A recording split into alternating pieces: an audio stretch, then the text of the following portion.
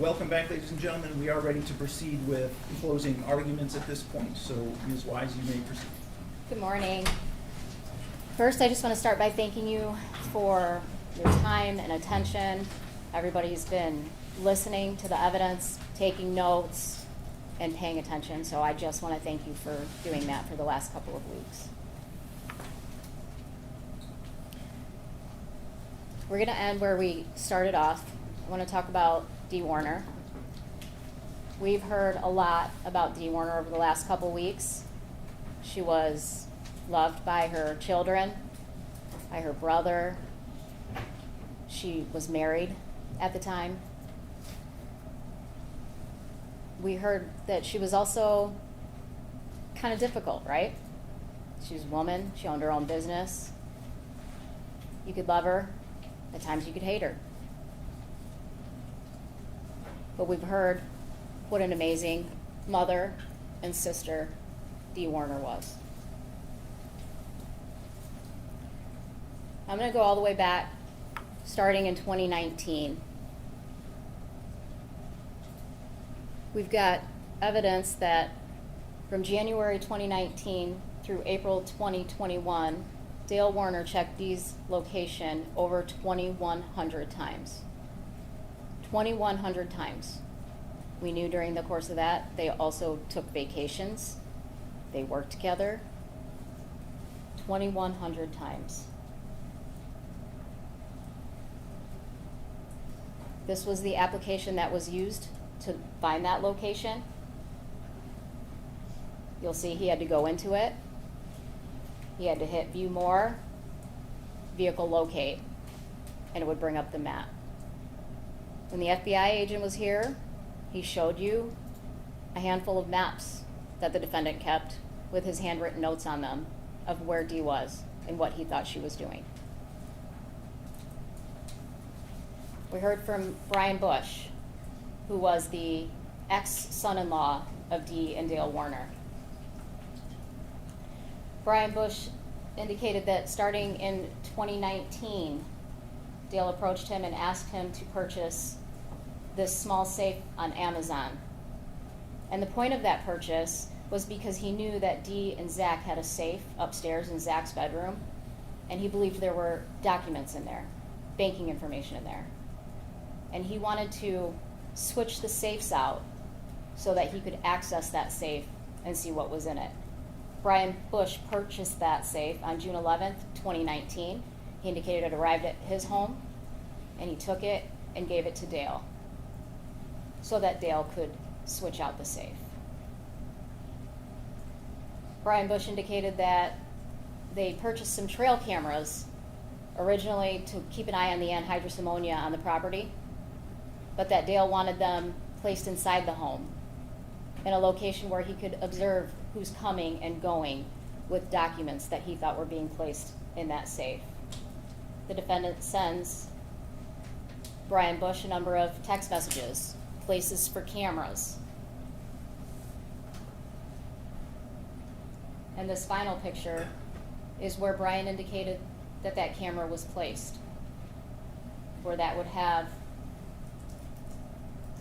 a direct view of the door of people coming in and coming out. He also indicated that on January 9th, 2020, he purchased a GPS tracker off of Amazon at Dale's request. Dale asked him to purchase this tracker so he could find out where the Hummer had been going, because Dee's vehicle was seen parked at Meyer for too long, and he didn't know what she was doing, if she was having an affair. So Brian Bush purchases this in early 2020. Dee finds it in the middle of 2020.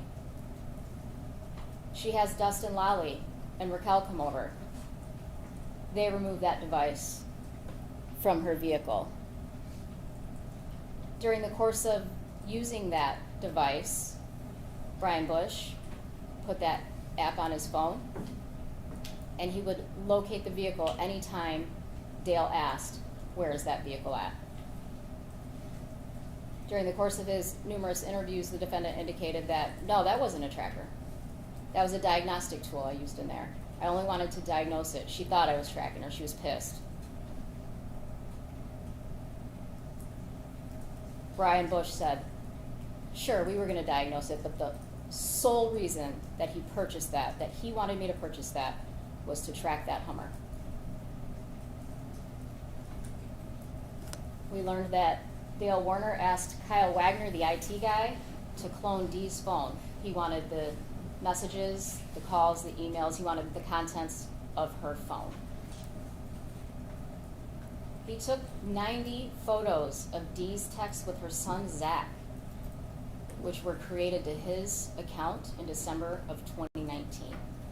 So in December of 2019, he put those 90 photos on his device. The relationship continued to be nasty, was not good. August of 2020, you want to treat me like I've done something wrong. You're the one who shouldn't be stalking me. You shouldn't be putting trackers on me and recording me. Remember what Dale Warner said during one of his interviews when he was asked, does Dee know you're tracking her with OnStar? Well, I don't know, probably. Like, no big deal. I mean, husbands and wives do it all the time, right? She knew that he was stalking her and she wanted it to stop. February 18th, 2021, I see you're stalking again. Think about why you keep doing this. You're not happy. You're making it hard for me to be here. You want to be angry at me? You don't see that the way you treat me is going to continue to push me away from you. February 23rd, 2021. I'm really annoyed, my last nerve with this shit with you.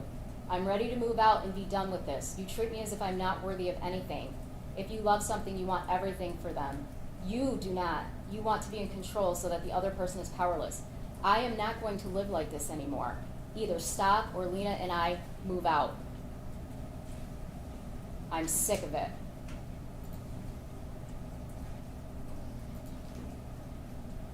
The week leading up to April 25th, 2021, we heard from Stacy Brody, the massage therapist. Stacy Brody indicated on a number of occasions, 8 to 10, she observed bruising on the body of Dee Warner that appeared to be a handprint, and she, in fact, grabbed her arm.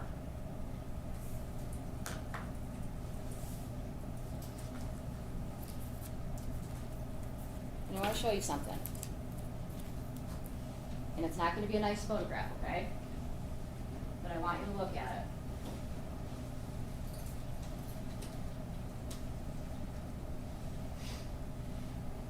it. Dee's left arm.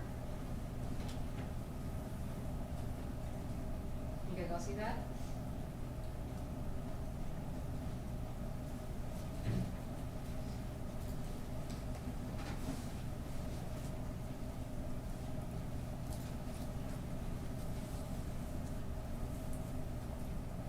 The last time Stacy Brody saw Dee was the Wednesday before she went missing. Dee was upset. She said, I'm tired. It's time to see a lawyer. We know she had talked about divorce before. We know they were in an unhappy marriage. I'm tired. It's time to see an attorney. And then the proverbial straw that broke the camel's back.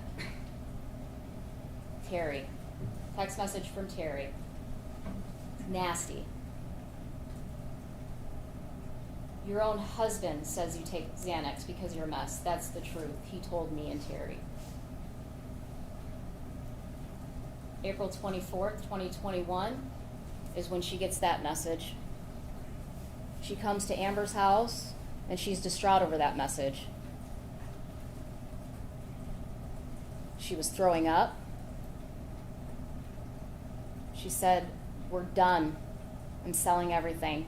I'm done with the marriage. She had been telling him, things have to change. Things have to change. And they weren't changing. Amber indicated that yes, her mom had talked about divorce before, but she had never seen her like this. April 24th, 2021, the same day, Raquel sees Dee. She sees her mom distraught. Again, my mom has talked about divorce before. I've never seen her like this. This time was different. She was quiet. She was tired. She was going to tell him that night that she wanted a divorce, that she was selling the trucking company, and she was leaving.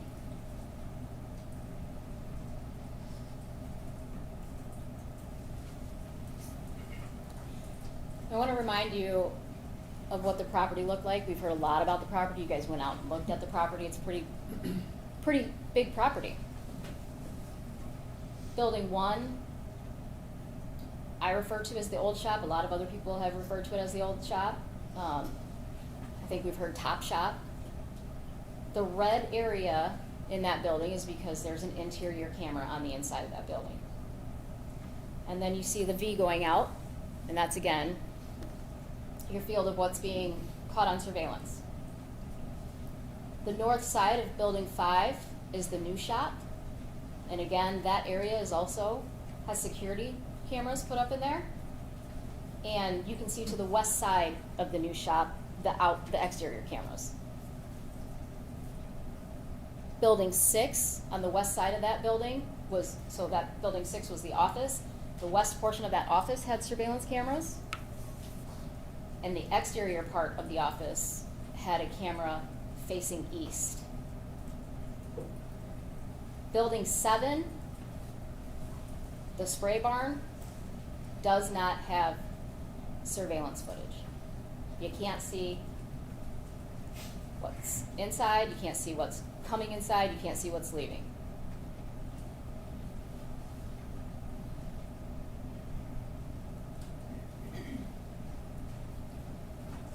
April 25th, 2021. Todd Narrett came in here and testified that he arrived at the Munger farm approximately 3:25 and left the property around 3:45 a.m. for a scheduled haul. He indicated that the Hummer was parked on the north side of the house, directly behind those doors. He indicated that it was right there on the X marks the spot.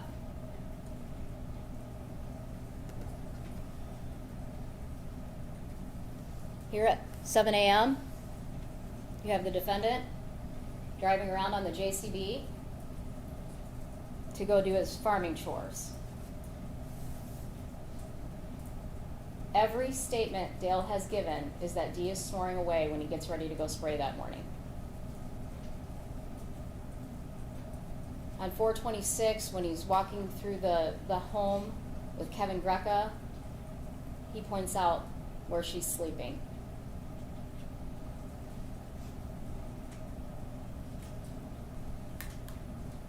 Dale Warner pulls his JCB up to those back doors and loads his wife's body into that bucket. At 7:08 a.m.,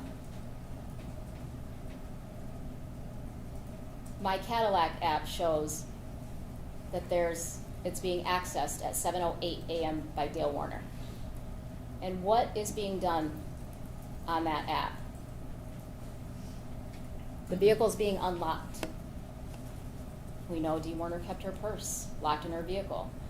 Dale Warner says it himself on April 25th to Austin Hall. She keeps her car locked. She was looking for her keys. It's locked. Everything's a secret.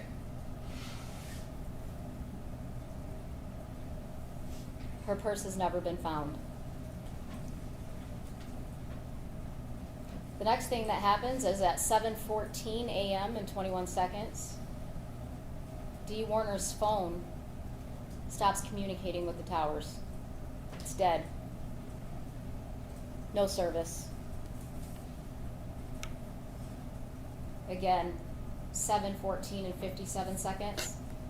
You can see the JCB in between the cameras going to the spray barn.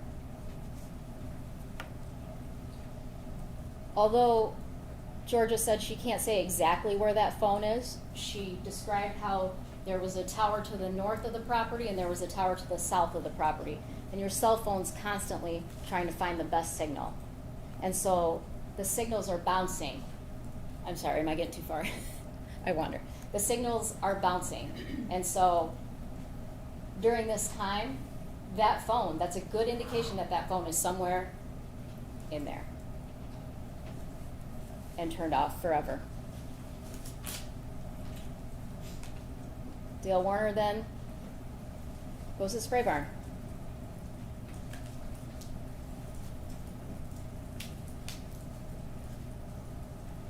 We heard that it takes 30 seconds to remove those inserts.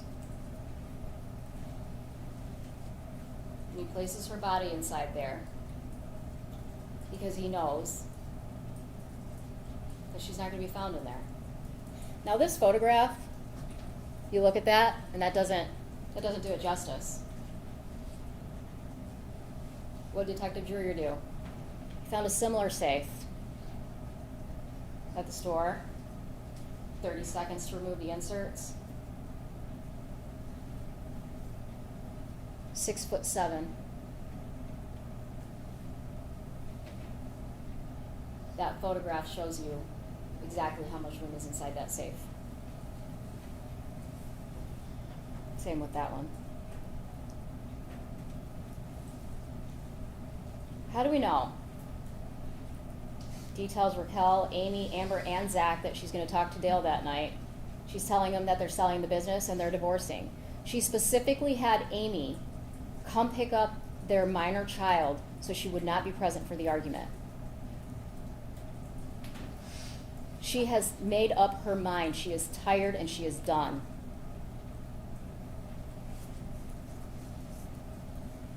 Dee was found in her pajamas. Raquel said, I saw a photograph of the items that she was wearing, and those are her pajamas. Dr. Cho testified that Dee's clothing appeared to be pajamas. Detective Lieutenant Dreyer testified they appeared to be pajamas. And Dee would never leave her house in her pajamas alive. Again, I'm going to show you another photograph.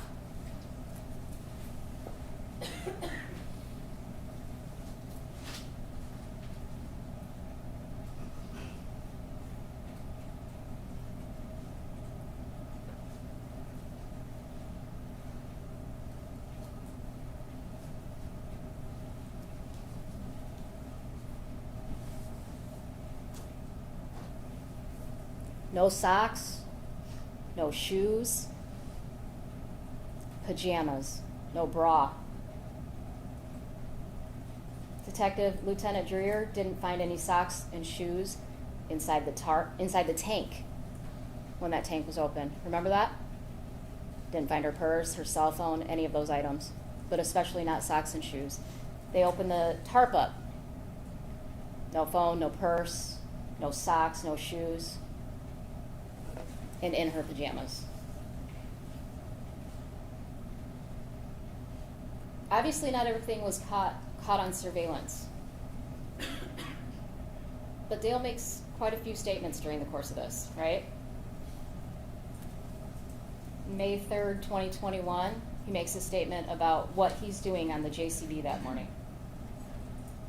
The tire marks out front, so on Sunday, when someone comes over here and they see the tire marks from the forget whatever the yellow up to the porch, do you recall? I mean, it's aggressive. They're, the deep treaded. And so do you remember? Did you do anything? You did it for us the other day for trash. Remember I told you when I went out, I forgot. I told him JCB. I pulled over this way. I forgot someone running into the house. Great. Okay. I think I probably forgot my tool that I opened, but so. Yeah. You said you dropped that over there, but you didn't say so. I didn't ask you. No, I pulled out. I said, shit, I didn't get this. I forgot to grab it. Went back out, then went back around. I opened it. Okay. So you see him at 7 a.m. when he takes the JCB out of the dry fertilizer barn. But you can't see him on surveillance go up to the house or drive away from the house. Again, every single statement is she was in there on the couch when I came back in.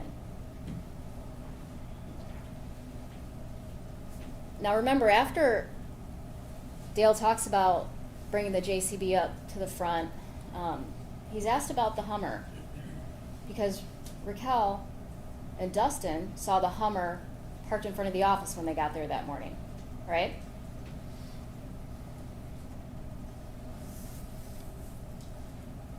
So Dale then explains why Dee drove the Hummer the morning of April 25th, 2021.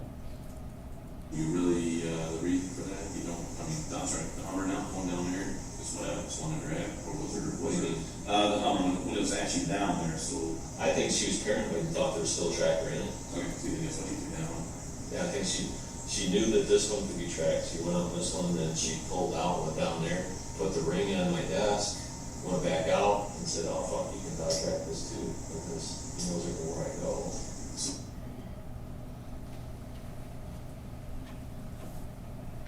How did Dee get the Hummer to the office the morning of April 25th, 2021? I mean, I can't say about the vehicle, the Hummer, would that, if they made the camera? Okay, so camera's not. Well, the Hummer would have been on there if she went that way, but the Hummer come up and went this way, and the cameras in the shop don't reach out this far. Okay.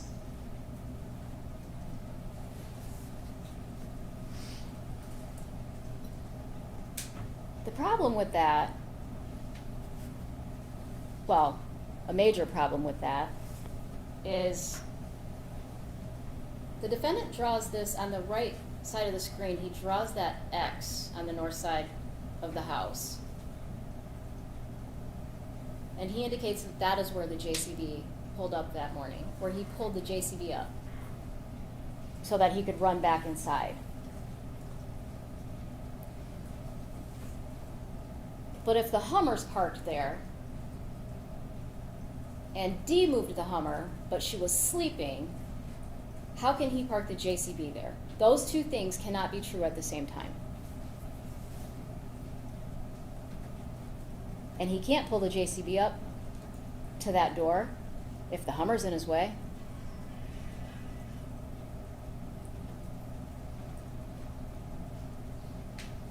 Dale, the defendant, then leaves the property at 7:48 a.m. to go spraying. He returns at approximately 8:12 a.m.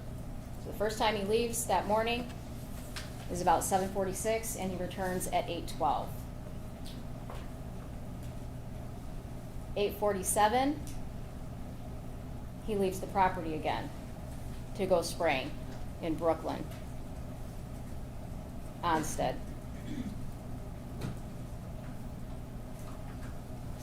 Between 9 and 9:30 that morning, Raquel, Dustin, and their kids arrived for breakfast.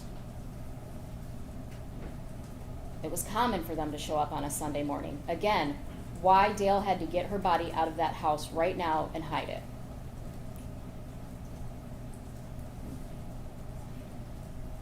Both cars were there, both of Dee Warner's cars were there, and they noticed that the Hummer, again, was at the office. They can't find Dee.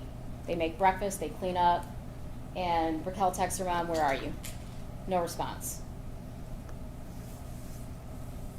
So they begin searching for her.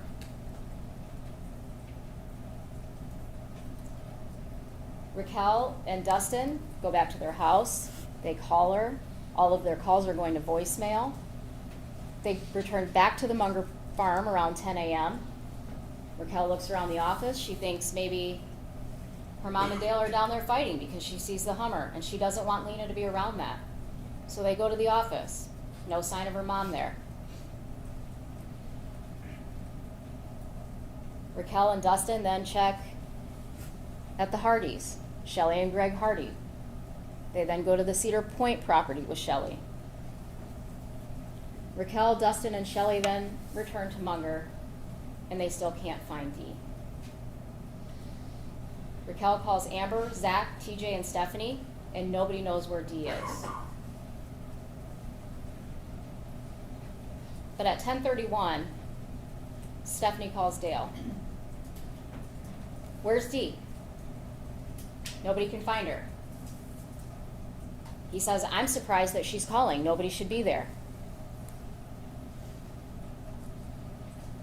But I tell her that she was sleeping on the couch. Again, remember, the last time Dale Warner leaves the property is 8:47 a.m. to go spraying. Milestone, the security surveillance footage app on his phone accesses the cameras at 8:49:08 a.m., 8:49:09 a.m., 8:49:39 a.m., and 9:04:07 a.m.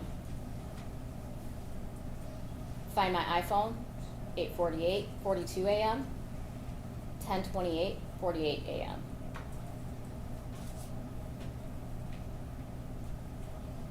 Why is Dale accessing the My Cadillac app, the Milestone, and Find My iPhone? And this was from one of the interviews that was a little bit quiet, and we've got the volume maxed up, so I'm going to try to play this portion for you. And when you access the cameras, what were you looking for? Yeah, when you did access the cameras, what were you looking for? I know it's a silly question, but. Looking to see what was running.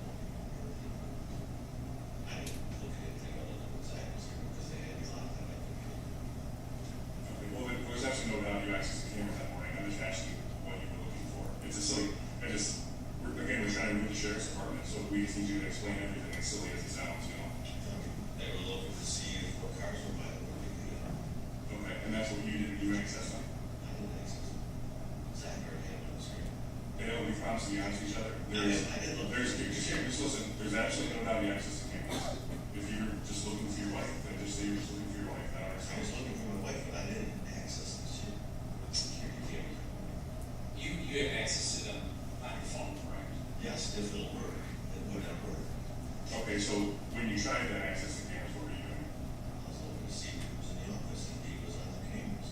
Okay, so you're just looking for deep, that's all I was trying to get to. Yeah, Looking for deep. you know, see where she's at, but I already figured she's in Zach's house. Okay. And, that's specifically from your phone, that's what you're attempting to do, right?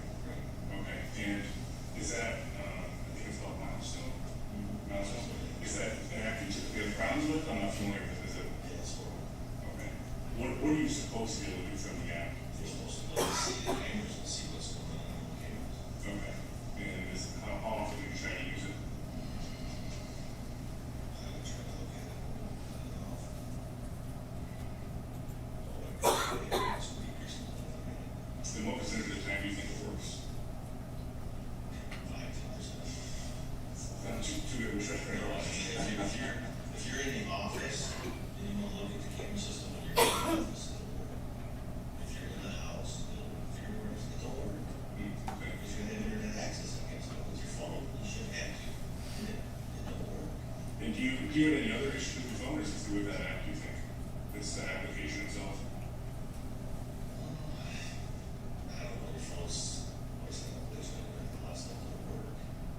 Well, by and large, it's this application gives you issues. Do you pretty much carry your phone with you at all times? Most of the time. Okay, so is it that Sunday you have your phone with you all day?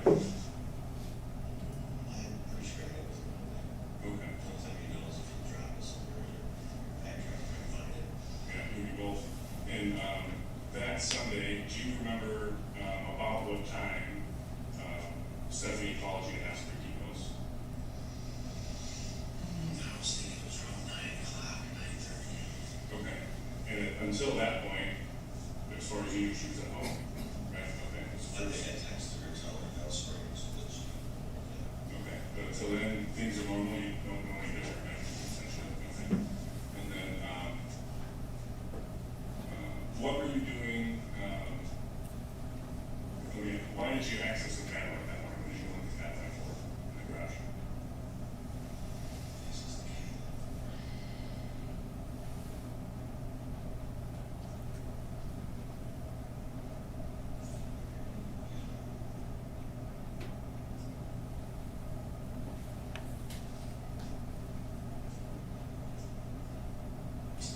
you access the network, you can make all you can that.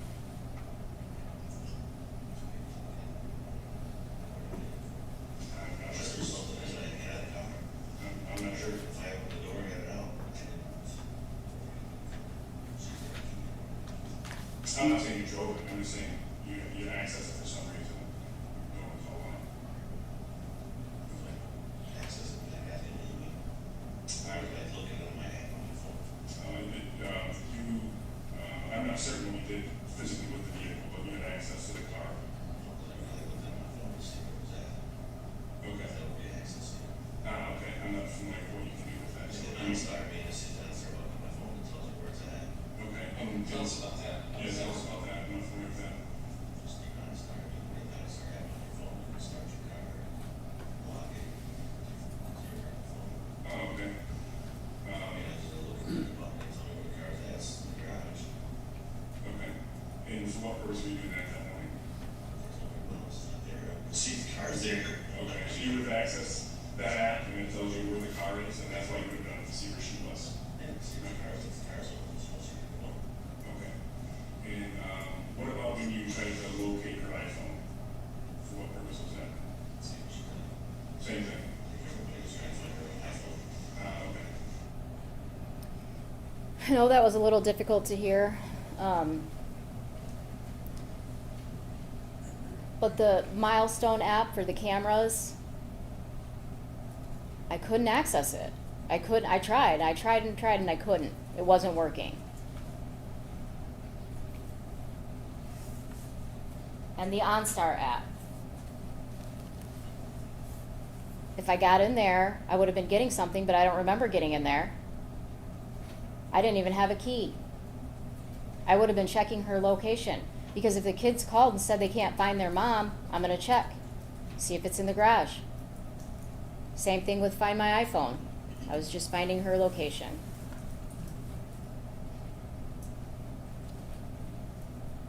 We know from Kyle Wagner, the IT guy, that Dale Warner needed to get that updated the next day because they got a new IP address and he had to put that in so that that camera would start working again on his phone. So we know he wasn't able to access it, but he wanted to see what was on that camera. And he wasn't looking for his wife at those times, at 8:45, 8:49, 8:48, because he didn't know she was missing until 10:30. Find My iPhone. When that phone dies at 7:14 a.m., and you want to make sure that that phone can't be found again, Find My iPhone. Can I find the location? Can I see it? The defendant returns to the Munger farm around 11:18 a.m. Dale goes to the office. He tells Zach and TJ, "Oh, fuck. She left her ring." And he pulls out a $35,000 to $40,000 ring from his pocket, or from his hand. "She left this on my desk." Dale then goes into the house and talks to Raquel in the main bedroom. Dale says that Dee's personal items are gone. Her phone, her go bag, her makeup bag, her curling iron, her hairspray.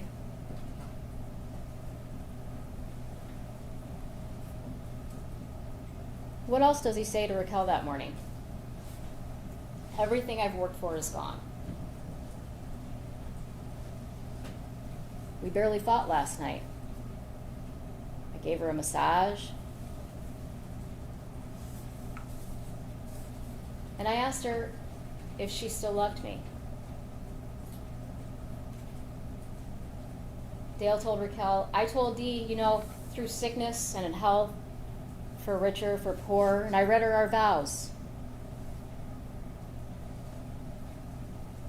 Again, Dee was known to take off for a night or two, go stay at Zach's house, stayed in communication with everybody. She never fell off the face of the earth. The kids wanted to call the police. They had never experienced this before. Out of all the time she's left, they've never called the police. Dale doesn't want to call the police. Let's wait. Dee's kids report her missing anyway. And Austin Hall shows up. 6:55 p.m.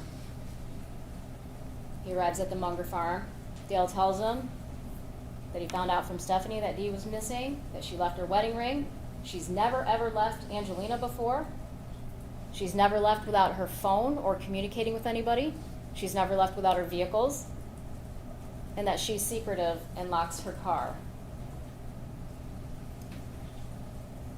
That entire conversation on the 25th is about everybody else but Dale, right?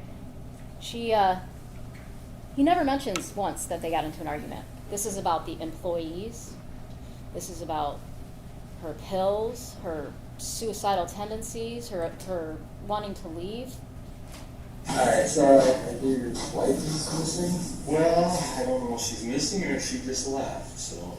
Okay. She had an altercation with one of our employees, two of them. Yesterday, last night, she was really upset. She was talking a lot of bad things as far as employees. One employee decided to quit. She goes, talking about killing herself and taking off and leaving.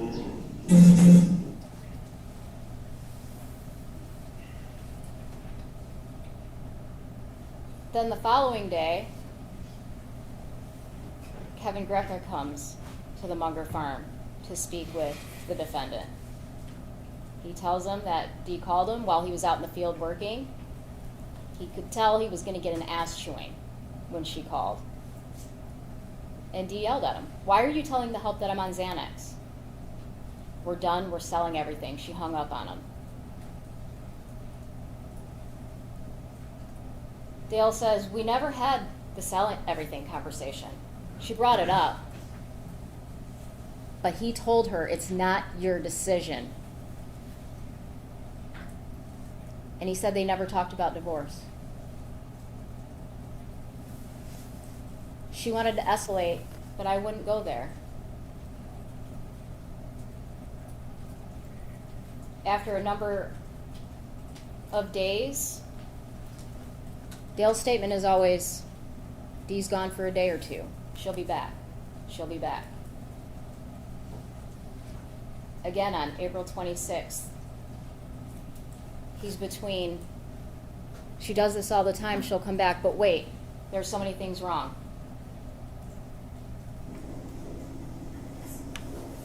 I don't know, normally, we have conversations or arguments all the time, and it's usually over something in the business. And she'll get mad, and she'll go over, say it, Zach's house was done the way, and then she's back, and it's fine, or she takes off, and then she'll still call on phones and do stuff on the phone through the office, so what's weird is his phone was off this time. Yeah. She, left it in here without anybody over there, and she put a ring on my desk. Yeah. And that's 3 flags, I'm just like, something is definitely wrong.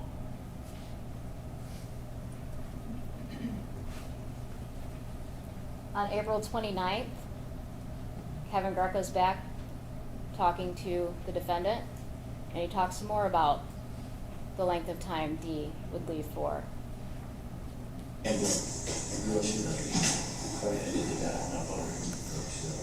she's a shopper. Shopper. As I told Kevin, to find my wife, you gotta be at a nice hotel, but a big shopping mall or something. I mean, she's gonna be someplace nice, she likes nice things. Right. Well, like you said, that's what we're with too, that's our problem, leaving without the daughter. I mean, You you put put that that in in the the ring, ring, yeah. she's never, right, I mean, the 100 times that she's left for a day or two, she's never left the ring. Of course, my daughter's only been with us for 9 years now, but she's never ever left her daughter. That's what blows. Fast forward to the interview with Detectives Dreyer and Singleton in December of 2022. I'm gonna go for it again. I'm gonna roll the dice and see if you can hear this. No. It's powerful with that.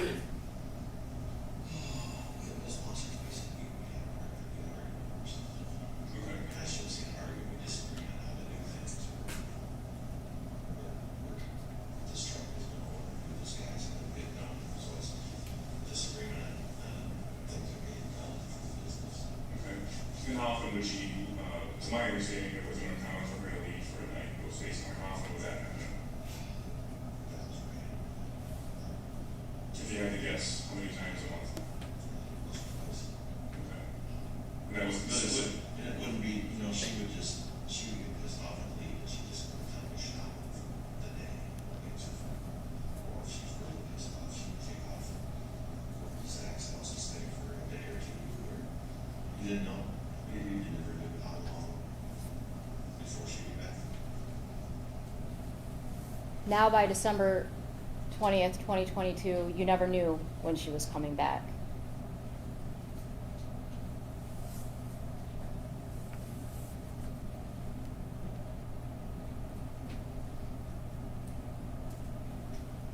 Let's talk about Tuesday the 27th. Kevin Greco walks the property with Dale during the day. The police arrive with a search warrant Tuesday night after they're asked during the day to leave. Greco calls the defendant to tell him they're searching. They got a search warrant. We've got the dogs. We have the drones. One dog is 20 minutes out. Approximately 18 minutes later, Jaron brings the defendant back to the property. The decision is made to let him continue to farm. We're going to come back to Tuesday because we don't find the body on Tuesday. May 3rd, the defendant's interviewed again.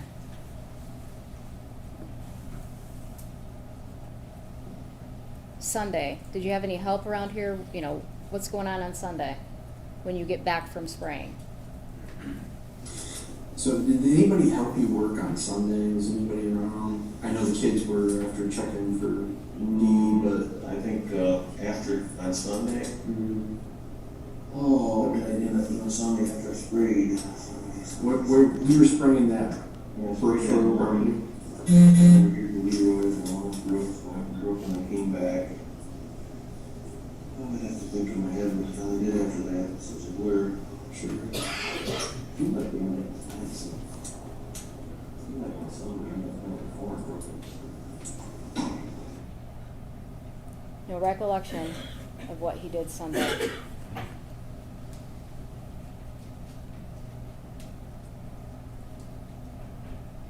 Then he tells Kevin Greco and Austin Hall that his lungs were feeling burnt from breathing in a bunch of anhydrous ammonia. I'm exposed to chemicals in the barn, dust, and you should be looking at pumping anhydrous, I mean, my lungs get burnt because I breathe a bunch of it in. Yeah.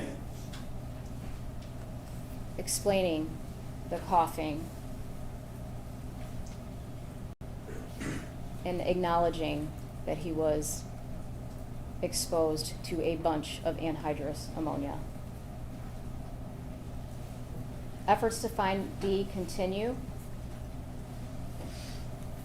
I'm not going to play this one for you because we can't hardly hear it.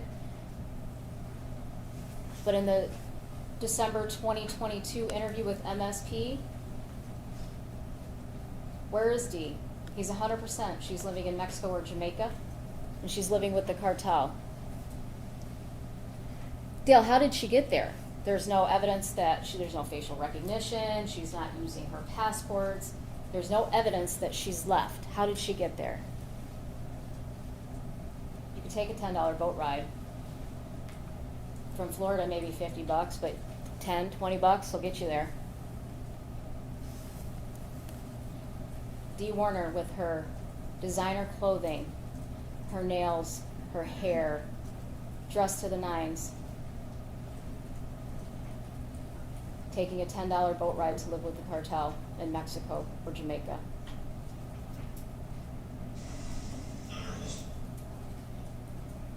May of 2021 through May 2023. Again, continued efforts to look for Dee. Police do numerous searches on the Munger property and other properties that the defendant has access to. They interview dozens of witnesses. October 2021, the FBI does some searches on the Munger property where they seize those journals and the writings, which are all, the loose leaf pages are contained within all those documents. August 2022, state police take over the investigation. Detective Dreyer testified that they did essentially a large-scale search in May of 23 where they searched approximately 3,000 acres. You're talking farmland, woods, swamps, rivers, creeks. No sign of Dee. And he indicated during those searches that they used cadaver dogs, they used article search dogs, they used ground penetrating radar, they used metal detectors. But you heard from Jack Taft. My dog's not going to smell anything. It's welded inside a tank. We'll never find it. As far as the purse and the other items that are still missing, that depends, he says, right? Depends on how long it was exposed to the weather. Maybe 24 hours, you're good.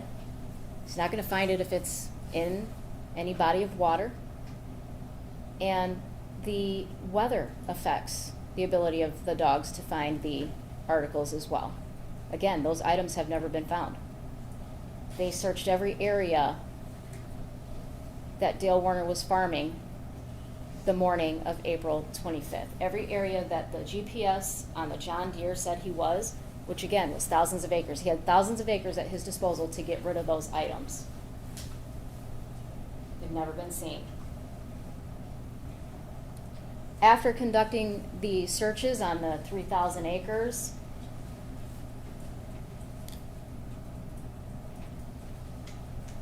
they decide to come back and excavate Paragon Road on the north side of the road. Why do they do that? Because while they're executing searches on the other properties the previous day, Dale Warner returns to Paragon Road. He has to be kicked off the property. They secure the property. Dale arrives the following morning when they're getting ready to set up shop, and he offers to help them dig. He's never offered to help during any other search, during anything else over the course of that 2 years, and he's offering to help dig. Still no sign of Dee. Detective Dreyer acknowledged that he was focused underground, and that was a mistake. He wished he wasn't so focused underground, but everything he did and the information that he had, he believed that that's where she was at. May 4th, 2021, the defendant searched for how to dispose of a 1,000-gallon propane tank. The April 25th, 2021 surveillance footage shows Dale gathering all the welding accessories. The search underground is when you follow that link and it shows you how to bury the tank. They knew she was welded into something, but again, they thought she was buried. In June or July of 2024, they then switch focus. We've done everything we can to look underground. Let's find these tanks. Let's find out what tanks he had access to, where they're stored. Let's go inspect them. I also have to do additional research because there's a bunch of anhydrous ammonia tanks on the property. And I'm not real familiar with it, but I know it could be a problem. So I need to contact all the people that I need to get information from before I head over there with my search warrant. They go to the Munger farm. They go across the street to Carson barn that Dale owned, and they go to Paragon Road where Dale owned the barn on the south side of the road where he stored the tanks. And there in the back was tank 34. It had a service tag, out of service, bad bit tube, do not fill. The farm employee said, I didn't write that.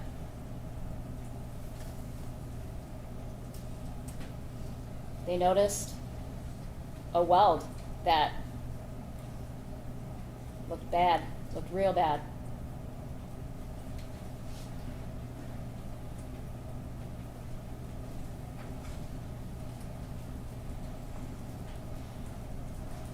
There's a photograph of the tag.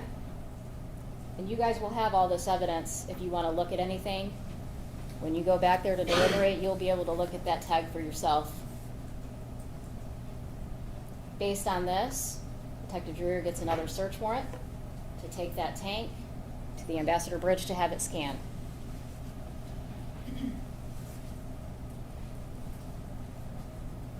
After all those years, there she is.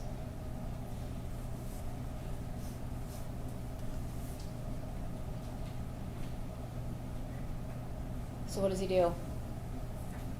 He take the tank to Northville, where the lab personnel come out and dust it for prints. Then they take it to the Monroe post, where that end is cut off. And they observe Dee Warner's body wrapped in a tarp.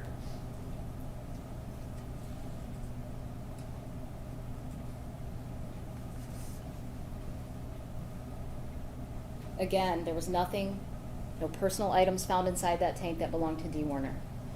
Detective Dreer could not take anything off of Dee Warner's body at that time because the medical examiner has jurisdiction, and they said no.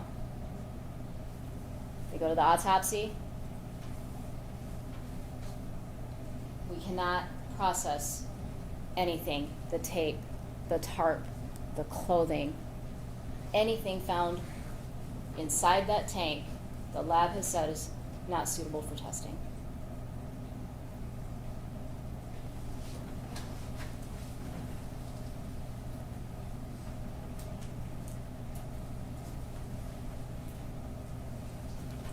Then we heard from our fingerprint analyst. Defendant's left middle finger is right there on the ammonia sticker.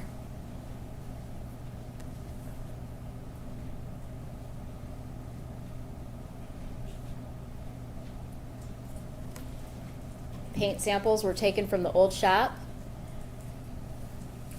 and sent to the lab. It's consistent with what was found on the property.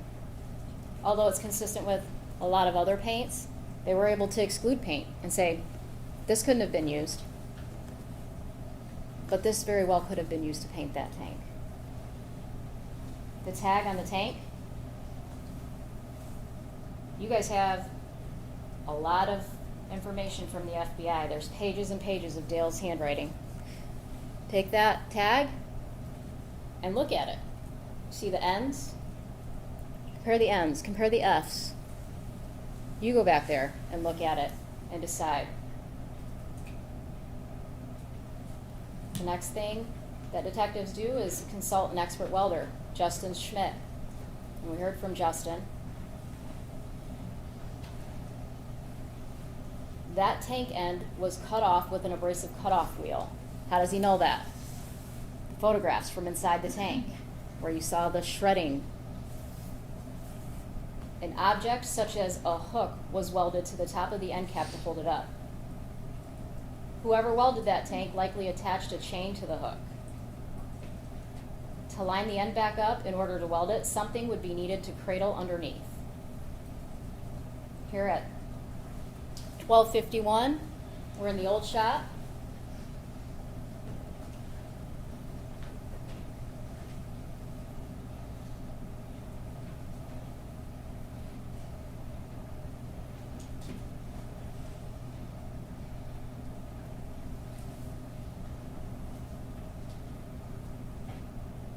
Angle grinder and discs.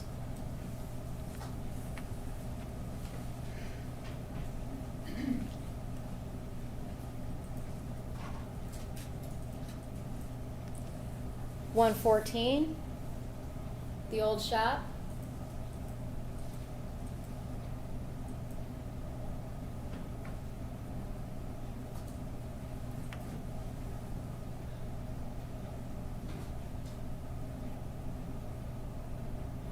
Ah, the hooks.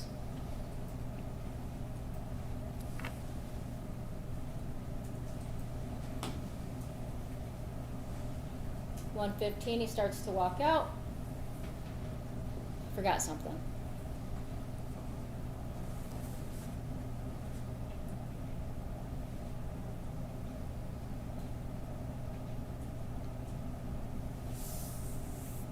Chain.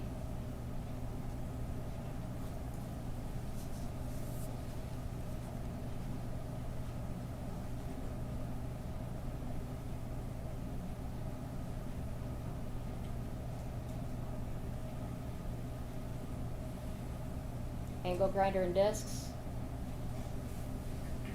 hooks and chains. Dale heads from there towards the spray barn. He's there for approximately 7 minutes with the angle grinder and discs.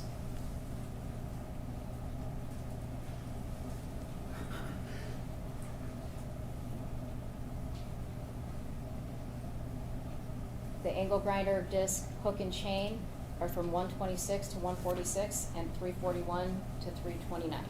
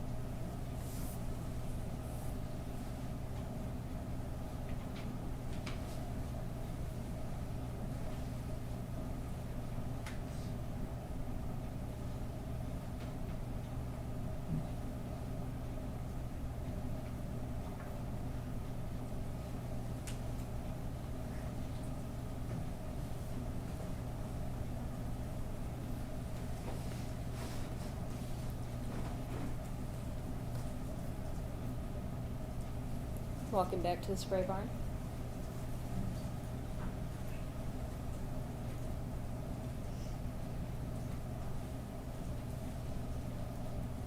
We know that door locks. There are photographs, and Ivan testified about that.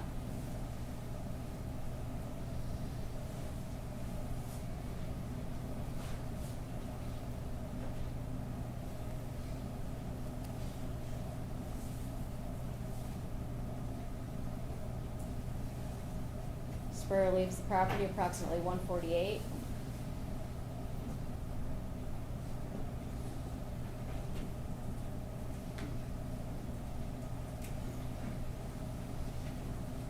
But returns by 2:18.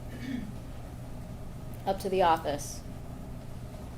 We heard testimony that Dale was in and out of the office, Dale was in and out of the spray barn, Dale was in and out of the new shop and the old shop. And every time he was in the office, just kind of looking over their shoulders, see what they're doing. He'd say he was going to spray or he was going to go do this, but then he'd come back and it just didn't seem like he was working.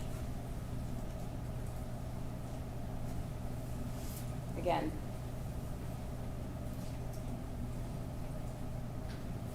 .341, Dale's heading north on this camera towards the spray barn. Now we see the view of the office where we know that the kids have spent a majority of the day looking at the cameras. 4 o'clock is the last time that camera activates in the office for that day. The kids leave the property. Then we see Dale and Todd leaving the area of the spray barn.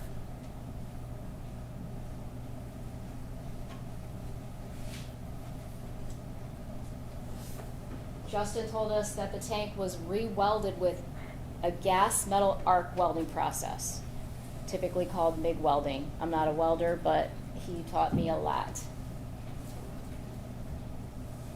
The welder would need a welding mask and welding gloves. At approximately 4:35, Dale is on the JCB driving it slowly to the spray barn from the area of the new shop. We know that later on, you can't observe what's in the bucket of it at that time, but we know later on, when he's observed driving slowly, it's with that JCB, or it's with that welder in the bucket. I apologize. Approximately 4:52, he's back in the old shop.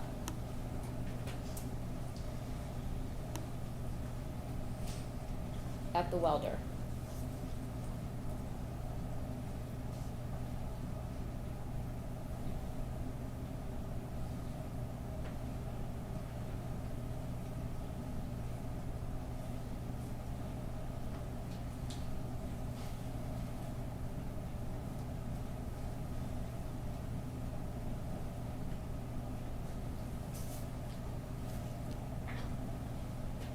Five o'clock. Back to the spray barn. Walking back out.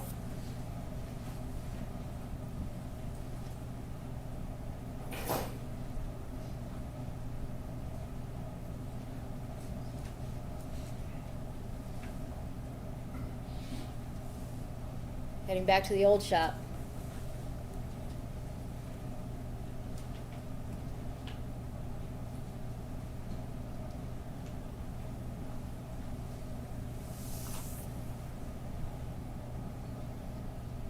And leaving with welding gloves and a welding mask.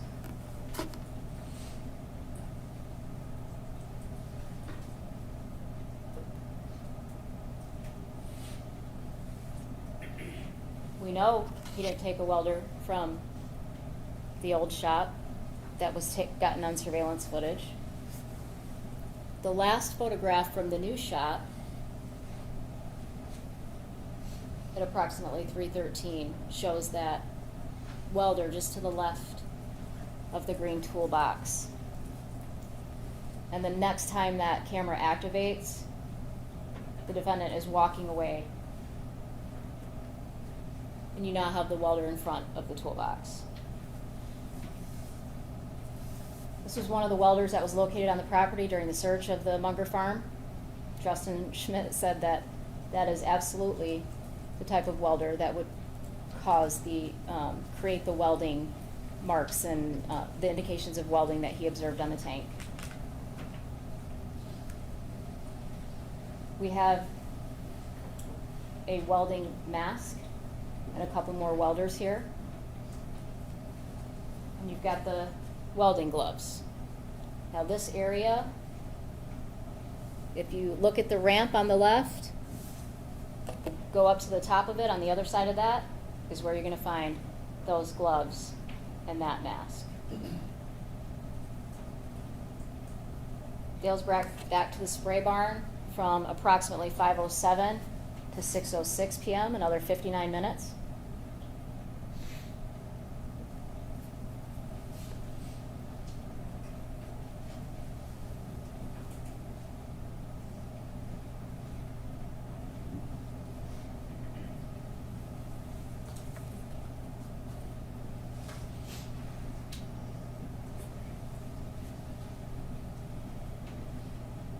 There he is on the Kubota, coming out with the JCB.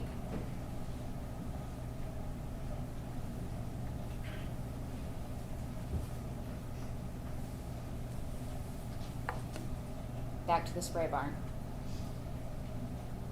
What else does Justin tell us? If you're welding, and you had short sleeves on, the next day you would have a sunburn. That's the defendant on the 26th of April.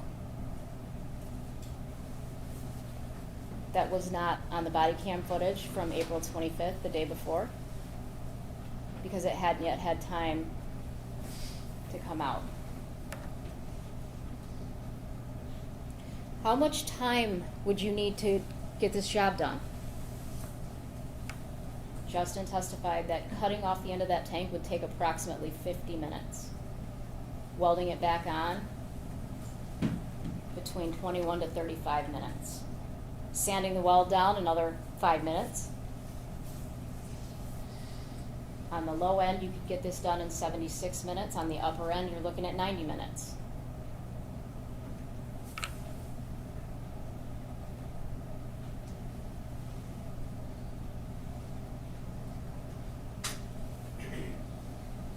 Detective Singleton testified that there were numerous times that the defendant was in that spray barn or back towards that spray barn where it was less than 10 minutes.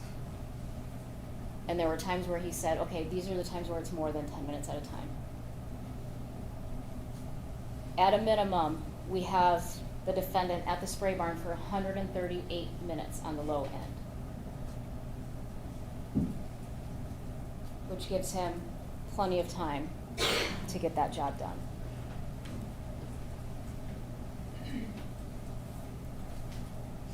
We saw the map, we heard testimony that that spray barn had that door on the north end of it. Dale drives out the north door of that spray barn and drops the tank off at the junk pile. Look at the tank. I'm going to zoom in on it really quick. I'm going to zoom back out. The tank, the marks come from the north of the tank and go to the east.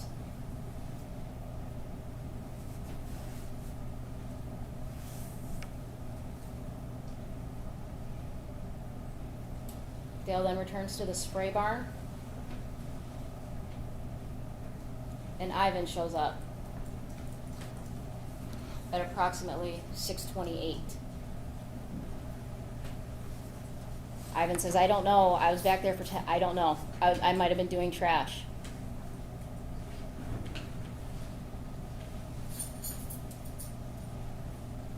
"6:37, we see the JCB go by with a white object on it.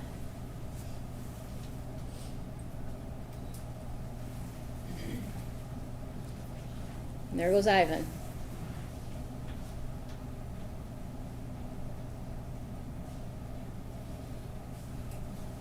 Now we see the JCB hit the camera this time.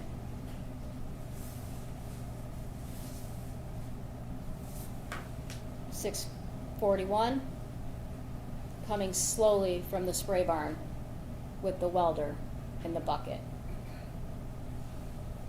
Again, 6:43, walking away from the welder.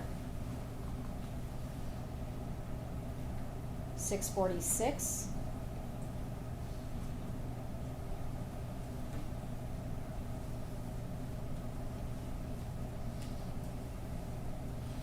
Dale brings the JCB to the old shop where Ivan and his brother are working.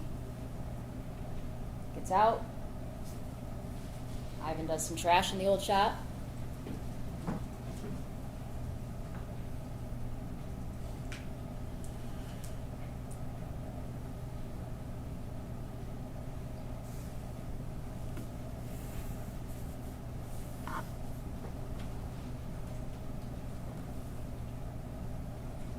This is 6:07 at the old shop fuel cameras. Look at the zoomed in photograph. There's nothing back there.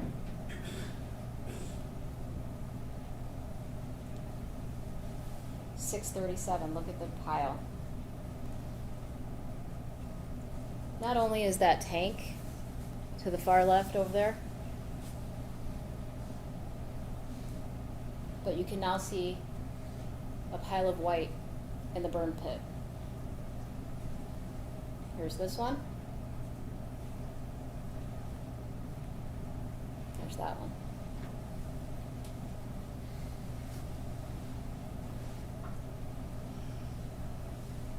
After Dee's body is found, the police go back and look at evidence from Tuesday. What do we have? Jason Gravel. 5 o'clock, Jason Gravel moves old rusty tank 8 Dale says, go move a tank from out back for me by the burn pile, take it and put it in the spray barn. This is after the police were there earlier in the day. And they said, and Dale says to him, come back tomorrow or whenever. I mean, if you let me know, you can come back, but you can't be here today. So, Ravel goes to move tank 8 at the request of the defendant to put that in there so he can work on it. Parker Hardy then arrives to the property around 7 o'clock. He goes to the spray barn to fill up. Dale Warner arrives to the property at 7:27. Parker meets him in the spray barn. What the hell is that, Dale? Why do you have that tank in here? I asked an employee to move it in here for me so I could work on it, and they brought the wrong tank. That's not the one I wanted.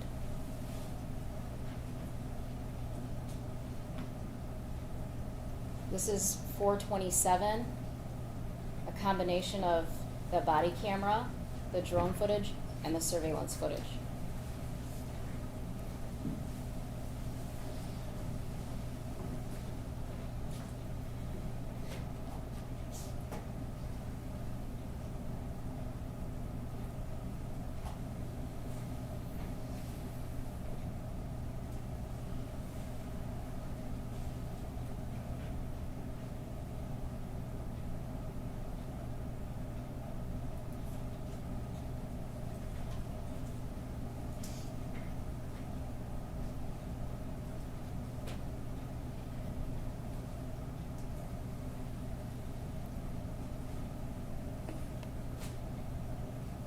Approximately 8:30 at night when they come back, 8:35 at night when they come back with a search warrant.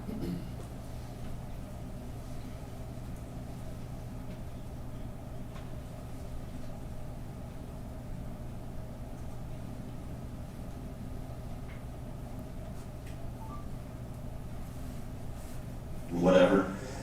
So they, I went to visit my dad when I was talking to you, and my partner did type up a search warrant.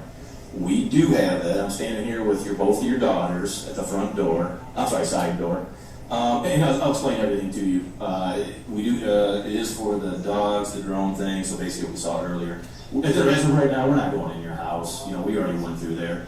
So it's just a matter of the dogs. It's completely. Let me see. My recorder's going right now. It wasn't for a second. It's going right now, so the whole thing will be recorded. If you want to come home, you absolutely can. If you don't want to come home, you don't need to. You know, as far as what we're going to do. Yeah, drone. That's exactly it. Yeah, the dogs. One dog's here already. The other dog is, I think, about 20 minutes out. I just wanted to tell you, obviously, and you're not here. And just like to keep you updated. I'm not trying to hide anything from you, but if we come to the prop boss said if we come tomorrow that, in the event there's something suspicious or someone doing some bull crap activity, then how can we say anything? This will shut up the other side of the family. You get that? Well, no, you're absolutely right. I'm sorry. You're 100% right. It will not shut up the other family, but at least I've done it. But I've done everything I can at that point. And you. Yep, and we will, just paperwork on that, so we will drop, if you're home by then, I mean, it's gonna take a little while, well over an hour, I'm sure. If you're home, I can give you the paperwork. If you're not home, I can leave it with your daughter.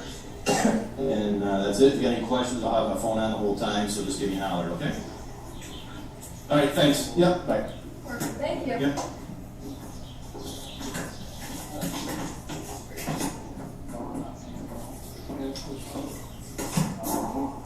Are you a family member or are you just, okay, who's? Dale. Okay, all right, hey. Dale immediately calls his son Jaron, who's standing there, and when asked if Jaron wants to walk around the property with him, he can't. He has something to take care of.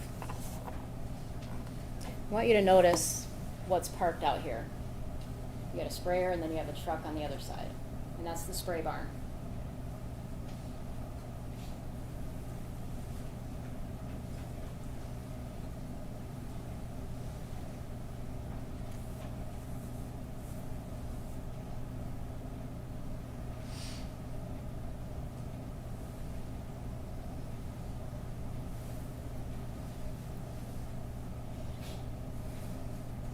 8:55, Jaren pulls back onto the Munger Road property.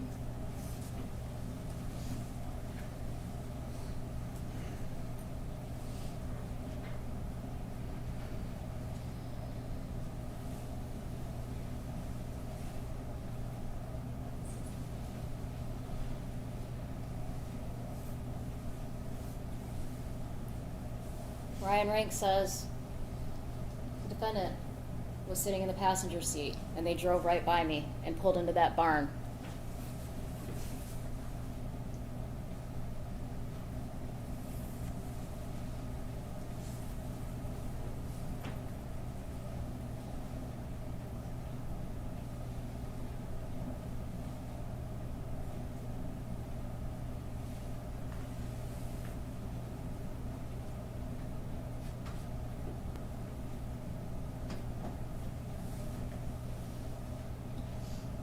Jaren backs up and leaves.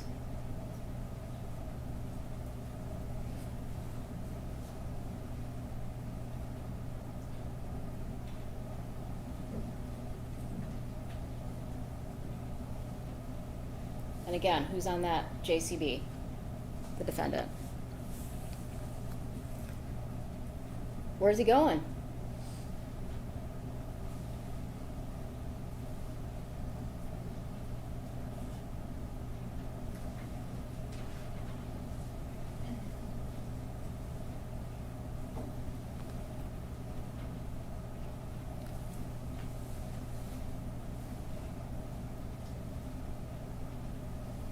Tank by the burn pile.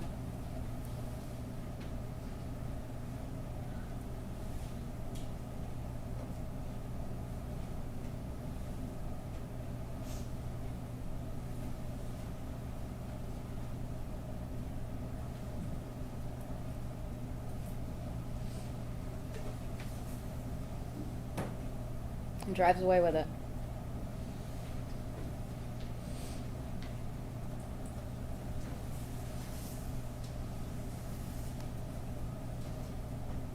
What does Ryan Rank say? That caught my attention. Something was wrong, so I followed it.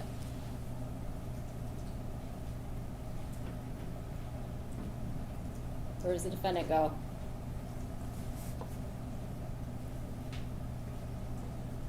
Straight back to the spray barn. What do you see parked up there now? The black vehicle.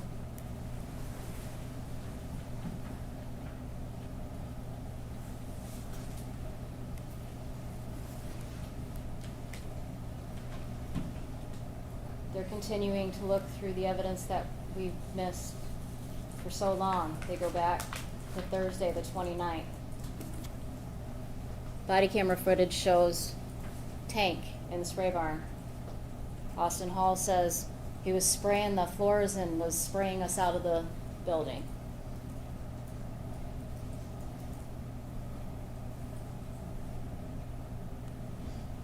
Here's a close-up of the tank at the end of the barn. No decals on it yet. What else do we see? We see this big safe. We see a chain, the pallet jacks. The chain, the pallet jacks were all directly in front of the safe. Remember what Justin said. You would need something to cradle the bottom of that, to line it up. Essentially the weld, he could tell the weld was started on the bottom because of the way the top fit. The top didn't fit. He needed something to support underneath. He said that pallet jack would have worked. There was some blocks of 2x4s in there, he said, would have worked. But these items are directly in front of the safe. Again, on 429, that good-looking fella, K-9 officer, walks up and... Guy, but, alright, this is, two brothers obviously came in.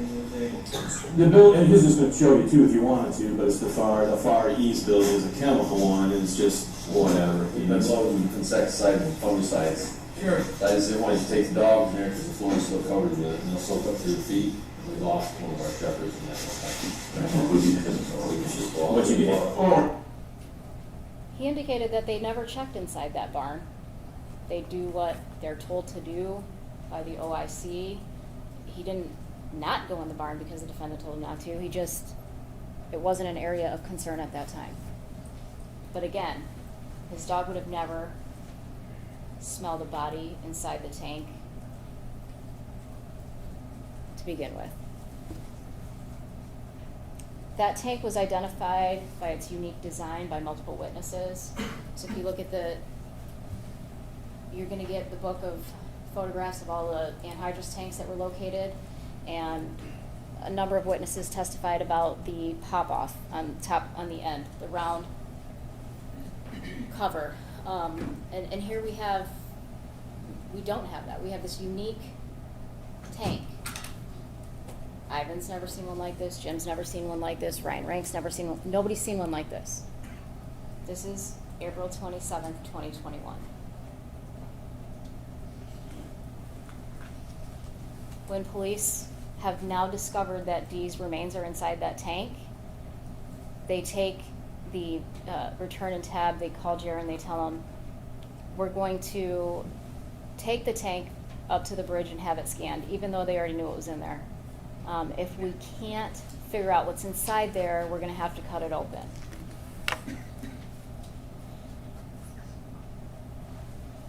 When he's told this, that it's tank 34, listen closely to him say that's not good. And if you want to take, again, you're going to get this exhibit. If you want to take it back there and listen to it because you can't hear it, please do. And tank number 34 is what their search warrant said. Tank number 34? Yeah, I don't know what the specifics of that is or what, but I think this is fucking idiocracy.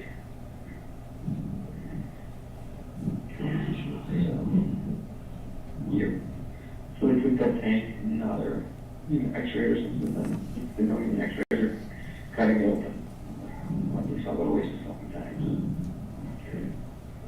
Yeah.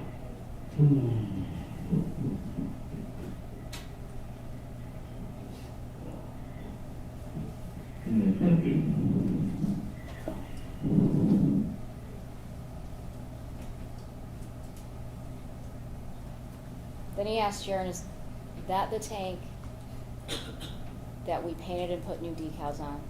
Not one of the tanks. Is that the tank that we painted and put new decals on? So this one tank is that normal tank, is that normal painted up with the details or something?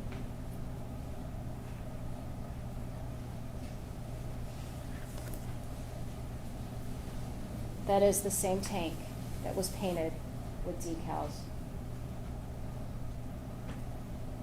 Their continued search also uncovers internet searches, widowers' dating sites, chemical cremation. These are log entries from March 21st, 2021 and March 23rd, 2021. Dee snuck out 2 a.m., didn't get home until 4 a.m. March 23rd, 2021. She snuck out again at 2 a.m.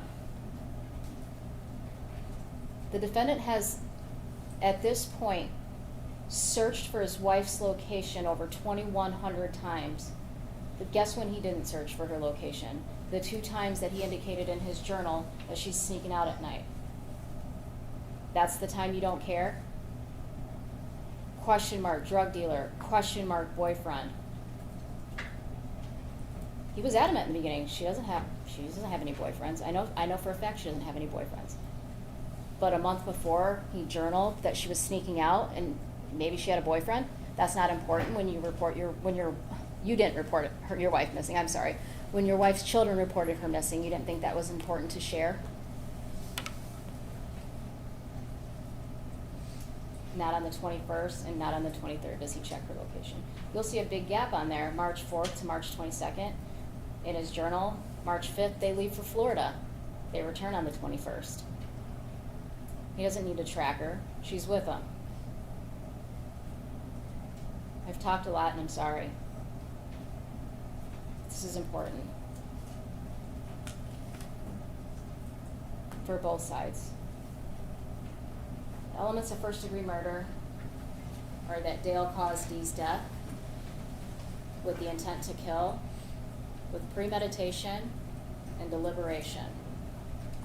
Again, you guys were asked in the beginning of this, you know, it doesn't premeditate, there's no time, set time limit, right? It could be very quickly. Just like running, you see a yellow light, what am I gonna do, right? I'm gonna go or I'm gonna hit the brakes. It's that quickly.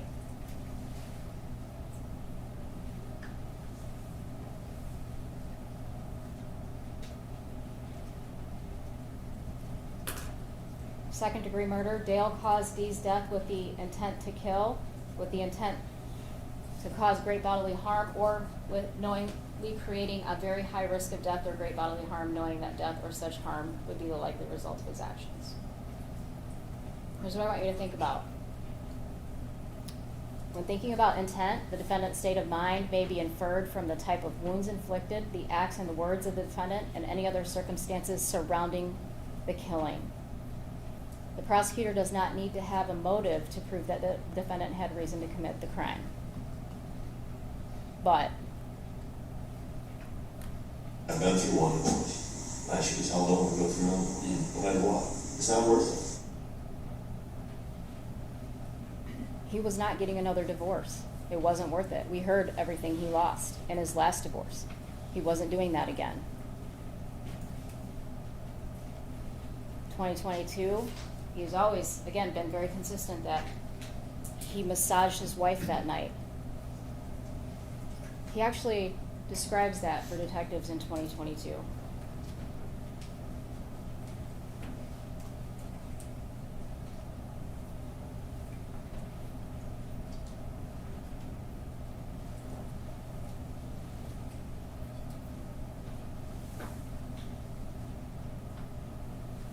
What does the autopsy tell us? 2 causes of death: strangulation and blunt force trauma to the face and head. Strangulation, we have petechial hemorrhaging, which Dr. Cho testified was extreme pressure, caused by extreme pressure on the neck, and it caused the vessels to burst in there. There was bruising on the front of the neck and bruising on the tongue. I'm going to show you another photo, and